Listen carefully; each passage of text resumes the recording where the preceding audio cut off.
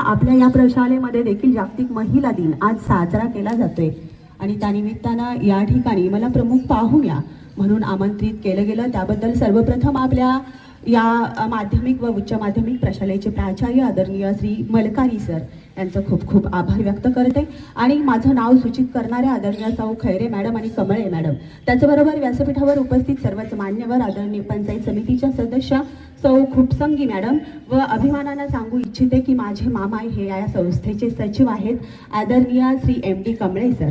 या सर्वांनाच या ठिकाणी नतमस्तक होते, वंदन करते। तिच्यामुळे या व्यासपीठावरती उभं राहण्याची ताकद मला मिळाली अशा क्रांतीज्योती सावित्रीबाई फुले यांच्या प्रतिमेलाही या ठिकाणी नतमस्तक होते आणि आजच्या या वक्तव्याला सुरुवात करते। भंडारकोठे हे गाव माझ्यासाठी खूप वेगळं आहे। या मातीतून लहानाची मोठी झाली आणि तुम्हाला सांगायला मला खूप अभिमान वाटतो की माझा जन्म याच गावी झालेला आहे। आता तुम्ही म्हणाल मॅडम तुम्ही तर इथं प्रमुख अतिथी म्हणून आला, तरी तुमचा जन्म या गावी कसा झाला? कारण हे गाव म्हणजे माझ्यासाठी प्रमुख अतिथी म्हणून नाही, तर हे गाव म्हणजे माझ्यासाठी माझी खूप मोठी वेगळी ओळख आहे। या मातीशी माझी नाळ जोडलेली आहे। माझ्या आईचं हे माहेर आहे आणि ज्या शाळेमध्ये माझी आई शिकली, माझ्या आईचं नाव रुक्मिणी कमळे, ज्या शाळेमध्ये माझी आई शिकली त्या शाळेमध्ये मला आज प्रमुख अतिथी म्हणून या ठिकाणी मानसन्मान मिळतो, ही माझ्यासाठी खूप मोठी अभिमानाची आणि मी माझं खूप मोठं भाग्य समजते की या शाळेत मला प्रमुख अतिथी म्हणून तुम्हा सर्वांना मार्गदर्शन करण्याची संधी मिळते आणि म्हणूनसाठीच व्यासपीठ कमळे बाबा तुमच्या संस्थेचे संस्थापक ज्यांनी या संस्थेची निर्मिती केली। कमळे बाबांविषयी तर बोलावं तितकं कमी आहे। त्यांनी या भीमा नदीच्या काठी ज्या काळी नदीच्या काठचे फक्त मासेमारी हा व्यवसाय करणारे हे लोक आणि या काळी शिक्षणाची गंगा, पाण्याची गंगा तर तुमच्या इथं दाराशी वाहत होती, परंतु शिक्षणाची गंगा ज्यांनी आणली ते आमचे कमळे बाबा। त्यांच्याविषयी तर नेहमीच आमच्या हृदयाच्या एका कोपऱ्यामध्ये एक वेगळाच कप्पा, एक आदराचं, मानाचं, सन्मानाचं असं स्थान नेहमीच आहे आणि असे आमचे कमळे बाबा यांनी या संस्थेची निर्मिती या ठिकाणी केली आणि सर्व या मुलींना शिक्षणाची द्वार खुली केली। या कमळे बाबांना देखील या ठिकाणी अभिवादन करते आणि म्हणते डोईचा पदर आला खांद्यावरी भरल्या बाजारी जाई नमी। डोईचा पदर गुलामगिरीची कबर बाबासाहेबांनी खोदली खरी, पण त्यामागे पोलादी पंख लावून उभ्या ठाकल्या त्या माता रमाई आणि ज्या स्त्रीमुळे व्यासपीठावरती उभी राहण्यास मी लायक बनले अशा सावित्रीबाई फुले। या सर्वांनाच अभिवादन करून मी माझ्या वक्तृत्वाला सुरुवात करते। आता तुम्ही म्हणाल मॅडम एवढं सगळं फापट पसारा बोललात आणि आता वक्तृत्वाला सुरुवात करताय, बापरे, म्हणजे तुम्ही काय तासभर थांबत नाही बाबा।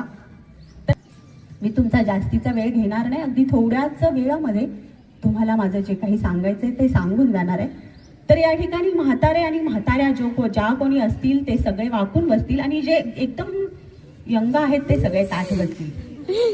आणि आता सर्वांनी हे लक्षात ठेवायचंय, इथं कुणीही म्हातारे आणि म्हाताऱ्या नाही आहेत ना माझ्या समोर बसलेले? नाही ना? तुम्ही सगळे एकदम यंग आहात, देखणे आहात, सुंदर आहात आणि तुमच्या चेहऱ्यावरचं हे खुललेलं हास्य पाहून मलाही बोलायला खूपच छान आनंद वाटतो। तर माझं हे वक्तृत्व होईपर्यंत तुम्ही सर्वच जण शांत आणि एकदम ताठ बसाल। हा प्रश्न आपण आपल्या मनाला विचार, मॅडम आहेत ना त्या तुमच्यापेक्षा पदानी मोठ्या आहेत की नाही, पण त्यांच्या वागण्यामध्ये कुठंतरी असभ्यता, कुठेतरी असा मॉडर्नपणा, स्टायलिशपणा, ओव्हर ऍक्टिंग काही आहे की ते साध्या सभ्य? का त्यांना पैसा नाही, त्यांना नाही स्टायलिश राहता येत?